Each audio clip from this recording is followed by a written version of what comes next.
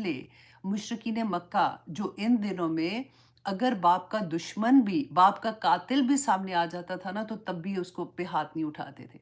اور اب ان مہینوں کو آپ دیکھیے کہ جیسے آپ آسانی کے ساتھ پتہ ہے یاد رہیں گے کہ اگر آپ حج کو درمیان میں رکھتے ہیں نا، ذی الحج کو، تو ذی الحج سے ایک مہینہ ادھر کا ذی القعدہ، ذی القعد، ذی الحج، اور پھر ادھر محرم، یہ 3 مہینے، اور چوتھا مہینہ جو ہے وہ رجب کا مہینہ ہے۔ تو بعض علماء نے یہ بھی بتایا، حدیث میں بھی آتا ہے کہ کیونکہ ان زمانے میں کیا ہوتا تھا کہ جب قافلے نکلتے تھے نا تو لوگ لوٹ کھسوٹ کرتے تھے، مارتے تھے، قافلے لوٹے جاتے تھے، اور جب قافلے لوٹے جاتے تھے نہ صرف یہ کہ سامان لوٹتے تھے، وہ جو آدمی اور عورتوں کو پکڑ لیتے تھے نا، ان کو وہ غلام بنا کے ان کو بیچتے تھے، وہ بالکل ایسے جیسے ان کا یہ کاروبار ہوتا تھا، انسان بکتے تھے اس زمانے میں، اللہ اکبر۔ تو اللہ سبحانہ تعالیٰ نے یہ 4 مہینے جو تھے حرمت والے رکھے تھے کہ جب حج کے لیے لوگ نکلتے تھے نا، تو ایک مہینہ پہلے سفر کے لیے نکلتے تھے اور ایک مہینہ جانے میں لگتا تھا، تو ان دنوں میں پھر ان کو یہ ڈر نہیں ہوتا تھا کہ ان کا قافلہ لوٹا جائے گا۔ اور پھر رجب کا مہینے میں یوزلی کیا ہوتا تھا کہ لوگ عمرے کے لیے نکلتے تھے، تو اس کی ایک یہ بھی وجہ ہے۔ دوسرا یہ کہ ابھی محرم کا مہینہ ہے، اللہ سبحانہ تعالیٰ نے، وہ کہتے ہیں نا کہ بزنس والے لوگوں کو اچھے سے پتا ہوگا کہ تھوڑی دیر کے بعد وہ ایک سیل لگاتے ہیں تاکہ ان کو زیادہ فائدہ، ایز اے کسٹمر ہمیں فائدہ بھی ہوتا ہے کہ buy one get one free, buy one get two free, اللہ سبحانہ تعالیٰ buy one get thousands free لگا دیتے ہیں۔ تو اس مہینے میں آپ دیکھیں جو آپ نیکیاں کریں گے، جتنا دیکھیں اس کا فائدہ ہے نا کہ ہم نیکیاں کریں گے تو ثواب ملے گا، اتنا ہی اس چیز میں بھی آپ دیکھیں کہ اگر غلط کام ہوگا یا غلط چیز ہم کریں گے تو گناہ بھی اتنا ہی زیادہ ہوگا۔ تو اس لیے پوری کوشش کرنی ہے کہ ہم اچھے کام کریں، ہم اللہ سبحانہ تعالیٰ کا ذکر زیادہ کریں، ہم نماز پڑھیں پورے ٹائم پہ، ہم نوافل ادا کریں، اور پھر 10 محرم کا روزہ جو ہے وہ نہ صرف یہ کہ مسلمان بلکہ اس سے پہلے لوگ بھی رکھا کرتے تھے نا، تو تبھی تو اس کے بارے میں یہ حدیث بھی ہے کہ رسول اللہ صلی اللہ علیہ وسلم نے جب وہ مدینہ میں تھے تو یہ فرمایا کہ جب ان کو صحابہ نے پوچھا کہ آپ کہتے ہیں کہ جو اہل کتاب ہیں ان کی نقل نہ کریں یا ان کی مشابہت نہیں کرنے کا، تو اہل کتاب جو 10 محرم کا روزہ رکھتے ہیں تو پھر یہ کہیں مشابہت تو نہیں ہو جاتی؟ تو رسول اللہ صلی اللہ علیہ وسلم نے فرمایا تھا کہ جب ان کو یہ پتہ چلا کہ وہ کیوں رکھتے ہیں، تو انہوں نے کہا کہ کیونکہ اس دن موسیٰ علیہ السلام نے ان کو فرعون سے آزادی دلوائی تھی، تو وہ آزادی کے تھینکس میں، خوشی میں روزہ رکھتے ہیں۔ اتنا بڑا سبق ملتا ہے یہاں پہ کہ دیکھیے خوشیاں سیلیبریٹ کرنے کا طریقہ، کہ وہ کیا کرتے تھے، روزہ رکھ کے اللہ سبحانہ تعالیٰ کا شکر ادا کرتے تھے۔ تو رسول اللہ صلی اللہ علیہ وسلم نے فرمایا کہ موسیٰ جو ہے ان کا ہم پہ زیادہ حق ہے، موسیٰ تو ہمارے بھائی ہیں، تو اب ہم لوگ بھی 10 محرم کا روزہ رکھیں گے، اور اس کے ساتھ کیونکہ مشابہت کی بات تھی نا، تو اگر اللہ نے مجھے زندگی دی تو نیکسٹ ایئر ہم اس کے ساتھ ایک اور دن ملائیں گے، جیسے اگر 9 10 کا رکھ سکتے ہیں یا پھر 10 11 کا رکھ سکتے ہیں، یہ تینوں دن میں 10 کا تو رکھنا ہی ہے۔ اگر دیکھیں آپ کو فار ایگزامپل مشکل ہے نا روزہ رکھنا، تو صرف 10 کا رکھ لیں، کیونکہ 10 محرم کا روزہ رکھنے سے رسول اللہ صلی اللہ علیہ وسلم نے فرمایا تھا کہ پچھلے پورے سال کے گناہ معاف ہو جاتے ہیں۔ اب دیکھیے ہم کب سے رمضان سے ہم کہہ رہے ہیں نا، آنے والے سال، پچھلے سال، اس سال کے گناہ معاف، تو الحمدللہ ایسے نہیں لگتا کہ اللہ سبحانہ، اور یہ کبیرہ گناہ نہیں ہوتے، یہ صغیرہ گناہ ہوتے ہیں، جیسے ہم سے یوزلی چھوٹے چھوٹے گناہ ہو جاتے ہیں۔ کبیرہ گناہ کی ڈیفرنٹ ڈیٹیل ہے، کیونکہ اس کے لیے باقاعدہ توبہ کرنی پڑتی ہے، پھر اس کے کہ یا پاک پروردگار، اس کے بعد وہ عہد ہوتا ہے کہ میں دوبارہ سے ایسا گناہ نہیں کروں گی، اور اس پہ جمنا ہوتا ہے، تو وہ ایک علیحدہ بات ہے، لیکن سارے چھوٹے والے گناہ ہمارے معاف ہو جاتے ہیں۔ تو اس لیے 10 محرم کا ضرور رکھیے گا، اگر ہمت ہے تو پھر 9 کا رکھ لے ساتھ، یا پھر 11 کا رکھ لے، اور اگر پھر زیادہ ہمت ہے تو پھر تینوں دن کے رکھ لے، اور اگر اس سے بھی زیادہ ہمت ہے تو پھر پورے رکھ لے، پورے شروع سے ابھی سے رکھنا شروع کر دیں۔ ہمارے یہاں پہ 10 محرم جو ہے وہ آئی تھنک سیٹرڈے کو آ رہا ہے، تو you can do Friday Saturday, یا سیٹرڈے سنڈے کا روزہ بھی رکھ سکتے ہیں۔ تو اللہ سبحانہ تعالیٰ قبول و منظور کرے جی جو ہم کوششیں کر رہے ہوتے ہیں۔ اچھا، اب ہم آج کا جو سبق ہے، جیسے ہم نے الحمدللہ سورت لاسٹ ٹائم ہم نے سورت نازیات کمپلیٹ کی تھی، اس سے پہلے سورت نبا ہم نے کمپلیٹ کی۔ کوشش یہی ہو رہی ہے کہ جو ایون بڑی بھی صورتیں ہیں، لیکن کیونکہ یہ چھوٹی چھوٹی آیات ہیں نا، تو ہم ایک کلاس میں اپنی ایک سورہ کمپلیٹ کر سکیں انشاءاللہ، اور اللہ سبحانہ تعالیٰ نے جو ہمیں اس میں سبق دیے ہیں، جو احکامات دیے ہیں، اللہ سبحانہ تعالیٰ سے دعا کرتے ہیں کہ یا پاک پروردگار ہمیں عمل کرنے والا بنا دے، اور اگر آنیسٹلی 30ویں پارے کے بعد بھی عمل نہیں بدلے گا نا، تو پھر تو اللہ کچھ نہیں کہہ سکتی ہوں۔ کیونکہ اتنی خوبصورت آیات ہیں اور بیسیکلی ڈرنے والی آیات ہیں کہ اللہ سبحانہ تعالیٰ نے کھول کھول کے بیان کر دیا کہ آخرت میں کیا ہونے والا ہے، جب ہماری آنکھ بند ہوگی اس دنیا سے، ہمارا سفر اگلی دنیا میں جائے گا تو کیا ہوگا، اور پھر بھی اگر کسی کو سمجھ نہ آئے تو پھر ہم کیا کر سکتے ہیں نا۔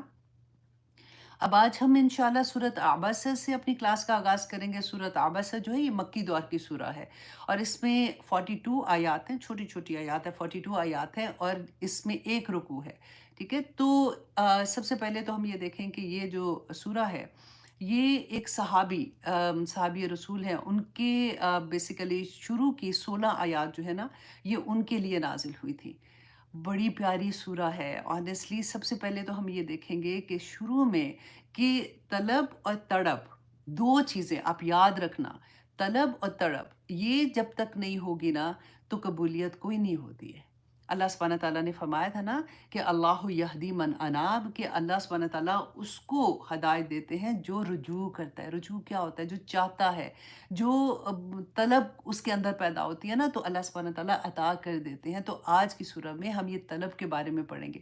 پھر ہم سب سے بڑی بات یہ بھی پڑھیں گے کہ جو ہمارے دو ایکشن ہوتے ہیں نا، جیسے ہماری نیت اور ہمارا عمل، ہماری نیت اور ہمارا ایکشن، اس کے بارے میں ہم دیکھیں گے، کیونکہ ہم لوگ اتنی کئی دفعہ بڑی بات کہہ دیتے ہیں نا کہ کسی کو اتنی بری بات طرح سے تانا دے دیں گے یا اس کو اپنے آپ کو اتنا سمجھ کے اس کی انسلٹ کر دیں گے، اور اگر کوئی کہے گا تو ہم آرام سے یہ کہہ دیتے ہیں کہ بھئی میرے دل میں ایسی کوئی بات نہیں ہے، میری نیت اللہ جانتا ہے، میری نیت خراب نہیں تھی، میں جو بس آدم میں تو سیدھی سیدھی بات کی ہے۔ تو ایسا بھی نہیں کرنا چاہیے۔ اللہ سبحانہ تعالیٰ نے اس سورہ میں ہمیں یہ بھی بتایا کہ جب بھی آپ کا دل اگر نیک ہے نا، آپ کا دل ایسا ہے کہ آپ ایسا نہیں کرنے چاہتے، تو آپ کے ایکشن میں بھی وہی چیز ہونی چاہیے۔ نہ صرف ایکشن، اس سورہ میں آپ احساسات جو ہوتے ہیں نا، جیسے وہ کیسے ظاہر کرتے ہیں، احساسات تو شکل کی صورت میں نہیں سامنے آتے نا، وہ ہمارے تاثرات جیسے کہتے ہیں، تاثرات سے ہوتے ہیں، ہمارے چہرے کے تاثرات سے، ہماری باڈی لینگویج سے لوگوں کو پتہ چل جاتا ہے نا کہ تو دے آر انکمفرٹیبل یا they are fine, they are happy, they are not happy. تو اس کے بارے میں ہم انشاءاللہ بہت پیاری پیاری آیات اللہ سبحانہ تعالیٰ نے جو بتائی ہیں ہم سبق سیکھیں گے۔ تو سب سے پہلے تو ہم دیکھتے ہیں کہ اعوذ باللہ من الشیطان الرجیم، بسم اللہ الرحمن الرحیم۔ عبس وتولا، کہ اس نے تیوڑی چڑھائی اور منہ پھیرا۔ تیوڑی چڑھائی، آپ دیکھیں تیوڑی کس کو کہتے ہیں؟ یہ جو جہاں پہ آئیبرو کے ایسے نہیں ہم ایسے کرتے، یہ والی جو یہ تیوڑی ہے۔ اب دیکھیں کوئی اور چیز نہیں، صرف یہ چھوٹا سا ایک ایکشن آپ سوچ لیں کہ ناگواری کا احساس جیسے ہوتا ہے نا وہ ہے، اور جیسے منہ پھیر لیا، جیسے جہاں بھی بات ہو رہی تھی ادھر ہی مصروف رہے۔ اب یہ واقعہ کیا تھا کہ صحابی رسول تھے ام مکتوم، تو ان کے بارے میں تھوڑا سا میں آپ کو پہلے بتا دوں، کیونکہ 16 آیات ان کے بارے میں اللہ سبحانہ تعالیٰ نے نازل کی ہیں، تو کیا چیز، مطلب کیا پرسنالٹی ہوں گے وہ، کہ یہ اندھے تھے۔ جب اسلام لے کے آئے تھے نا، سابقون اولون میں سے تھے، شروع کے لوگ جو اسلام لائے تھے تبھی اسلام لے کے آئے تھے۔ یہ رسول اللہ صلی اللہ علیہ وسلم کی ان کے ساتھ رشتہ داری بھی تھی، کیونکہ حضرت خدیجہ رضی اللہ عنہ جو تھے انہا، ان کے یہ ماموزاد، سم جگہ پہ آیا ہے کہ چچا زاد تھے، لیکن زیادہ تر میں یہ ہے کہ یہ ماموزاد تھے، تو اس لیے رسول اللہ صلی اللہ علیہ وسلم کو بہت پیارے بھی تھے۔ تو یہ دیکھیں، اب یہاں پہ آپ نے غور کیا کرنا ہے کہ کون سے تم یہ غلط کر رہے ہو، تمہیں یہ سزا ملے گی، یہ ہوگا وہ ہوگا۔ یہ لوگ اللہ کو مانتے تھے، رائٹ؟ یہ لوگ اللہ کو مانتے تھے، یہ خانہ کعبہ کا طواف بھی کرتے تھے، حج کی ڈیٹ انہوں نے بدل دی تھی لیکن کر رہے تھے، مطلب وہ بدعت ان میں آ گئی تھی۔ یہ لوگ کیا کہتے تھے کہ ہم حضرت ابراہیم کے دین پہ ہیں، ایسے نہیں کہتے تھے کہ ہمیں کچھ پتہ ہی نہیں ہے، یہ کہتے تھے کہ ہم حضرت ابراہیم علیہ السلام کے دین پہ ہیں۔ اب دیکھیں، بالکل آپ نے نا کمپیریزن کرنا اپنے ساتھ، جب کمپیریزن کرتے ہیں تو پھر ہمیں سمجھ آتی ہے ان چیزوں کی کہ آج ہم کیا کہتے ہیں الحمدللہ کہ ہم رسول اللہ صلی اللہ علیہ وسلم جو تھے وہ آخری نبی تھے۔ ہم تو سارے نبیوں کو مانتے ہیں، لیکن ہمارے جو رسول اللہ صلی اللہ علیہ وسلم ہے، that was the last prophet۔ اور اتنے سالوں کے بعد جب ہم بول رہے ہوتے ہیں کہ یہ بدعت ہے، یہ نہ کرو، یہ نہ کرو، یہ کہاں سے آتی ہیں؟ کیونکہ ہم لوگ کیا بات کرتے ہیں کہ ہمارے آباء و اجداد کرتے تھے، کیونکہ قرآن تو زندگی میں کھولا نہیں ہوتا نا، اور ہم نے قرآن کو سر سے پڑھا نہیں ہوتا، تو ہمارے اندر دین ہمارے آباء و اجداد سے آتا ہے۔ اب آباء و اجداد نے دین اپنے پاس سے کریٹ نہیں کیا، انہوں نے بھی کسی نہ کسی کو فالو کیا ہوگا، کوئی نہ کوئی ان کے بھی عالم دین ہوں گے۔ آج کے زمانے میں بھی آپ اپنے دیکھ لیجئے کہ ہر طرح کے لوگ ہیں. کئی دفعہ تو حیرت سے بندہ کیونکہ اب تو میڈیا کا دور ہے تو نظر آ جاتا ہے کہ او مائی گاڈ یہ کیا کرے, وہ جیسے وہ کیا کہتے ہیں پاؤں کو ہاتھ لگا رہے ہوتے ہیں تو وہ اس طرح والی حرکتیں ساری کر رہے ہوتے ہیں. تو ان کو وہ بھی کسی نہ کسی کو فالو کرتے کرتے یہاں تک آئے تھے. اب دوسری بات یہ کہ بتوں کی کیوں پوجا کر رہے تھے, تو اللہ سبحانہ تعالیٰ جو بار بار ہر نبی کے تھرو ایک ہی میسج دے رہے ہیں, یہ ان کو وسیلہ بناتے تھے, ان کو وسیلہ بناتے تھے کہ اللہ سبحانہ تعالیٰ کے یہ وہ مقربین ہیں, اللہ کے پسندیدہ بندے ہیں. جب وہ زندہ تھے ان سے وہ دعائیں کراتے تھے جیسے ہم کراتے, الحمدللہ اس میں کوئی غلط چیز تو نہیں ہے, زندہوں سے دعا کرا سکتے تھے. کرتے کرتے جب وہی لوگ فوت ہو جاتے تھے تو پھر ان کے وہ مزار بنا کے پھر ادھر وہ مجاور بن کے بیٹھ جاتے تھے, اور پھر وہ یہ سوچتے تھے کہ اب یہ چلے گئے ہیں اور ان کا کنیکشن تو اللہ سبحانہ تعالیٰ سے زیادہ کلوز ہو گیا, تو یہ یہاں پہ جائیں گے. کیونکہ مجاور جو تھے وہ ان کو یوز کرتے تھے کہ وہ جیسے پیسے لینا اور وہاں پہ قربانیاں دینا اور وہاں پہ یہ سارا کچھ کرنا جو ہے کہ یہاں پہ چڑھاوے چڑھاؤ, تو اس سے کیا ہوگا کہ تمہاری دعا قبول ہوگی. تو آج بھی آپ سوچیں ہمارے ارد گرد پاکستان, انڈیا, جو ایسے ساری ہماری جگہیں, کیا کچھ نہیں ہوتا. آپ کو میں اس لیے یہ کمپیریزن دے رہی ہوں کہ آج بھی اللہ کا کروڑ شکر ادا کریں کہ ہماری زندگیوں میں اللہ سبحانہ تعالیٰ نے قرآن کھول دیا اور ہم ان چیزوں سے بچ جائیں گے انشاءاللہ, اور بہت سے لوگ بچ بھی گئے ہیں. تو یہاں پہ ہم نے ایک تو یہ دیکھا. اب ہم دیکھتے ہیں کہ رسول اللہ صلی اللہ علیہ وسلم کا تھوڑا سا شجرہ نسب تھا کہ قریش میں ایک ان کے بڑے سردار تھے جس کا نام تھا قصی بن کلاب. قصی بن کلاب جو تھے نا, یہ بہت بڑا سردار تھا, لوگ ان کی بہت عزت کرتے تھے, انہوں نے بہت نیک کام کرتے تھے یہ اپنے زمانے میں. ان کے اب 2 بیٹے تھے, ٹھیک ہے, قصی بن کلاب کے 2 بیٹے. اب آپ نے بالکل اسی طرح سے یاد رکھنا ہے تو آپ کو بہت اچھے سے یاد رہ جائے گا. ایک کا نام تھا عبد دار اور دوسرے کا نام تھا عبد مناف. چلے عبد دار آپ کو نہ بھی یاد رہے تو چلو کوئی بات نہیں, عبد مناف آپ نے یاد رکھنا ہے کہ ان کے بیٹے تھے 2, اور عبد مناف جو تھے نا ان کو اب انہوں نے کیا کیا, کیونکہ سردار تھے, انہوں نے وہ ڈیوٹیز جو ہے نا اپنے بچوں میں بانٹی تھی. تو عبد مناف کی ذمہ جو ڈیوٹی تھی وہ یہ تھا کہ وہ حاجی جو آتے تھے, آپ سوچیں ابھی رسول اللہ نہیں آئے ہیں, حج اس وقت سے ہو رہے ہیں. حج کب سے ہو رہا تھا, جب ابراہیم علیہ السلام نے بنیادیں کھڑی کی تھی نا اور پھر دعا مانگی تھی, تو آپ سوچیں تب سے ہی حج ہو رہا تھا نا. تو عبد مناف کی ذمہ داری تھی کہ وہ حاجیوں کو پانی پلانا, ان کا ٹیک کیئر کرنا, اور خانہ کعبہ کے متولی, اور یہ سارا وہ کام انہوں نے عبد مناف کو دیا تھا.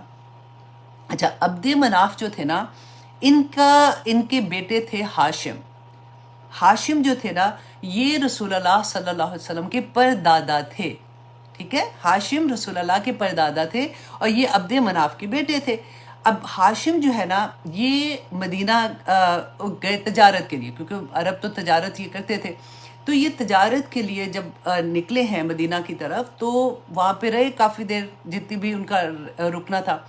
وہاں پہ انہوں نے ایک عورت سے شادی کی اور شادی کر کے وہ آگے فلسطین چلے گئے تجارت کی غرض سے, ٹھیک ہے. اچھا, اس زمانے میں ایک یہ بھی رواج ہوتا تھا کہ عورتیں جو تھیں نا وہ کسی ولی کے اندر رہنا پسند کرتی تھیں. اب تو اسی لیے وہ شادیاں اتنی کرتے تھے. وہ تو اسلام کے بعد ہوا نا کہ اب اللہ سبحانہ تعالیٰ نے فرمایا کہ 4 شادیوں کے زیادہ شادی نہیں کر سکتے, اور اگر آپ انصاف نہیں کر سکتے تو پھر ایک ہی کافی ہے. وہ ایک ہی آیا میں اللہ سبحانہ تعالیٰ نے یہ بیان کر دیا تھا.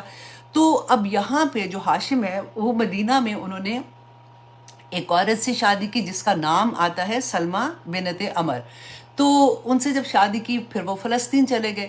فلسطین گئے ہیں تجارت کے لیے تو راستے میں وہ فوت ہو گئے.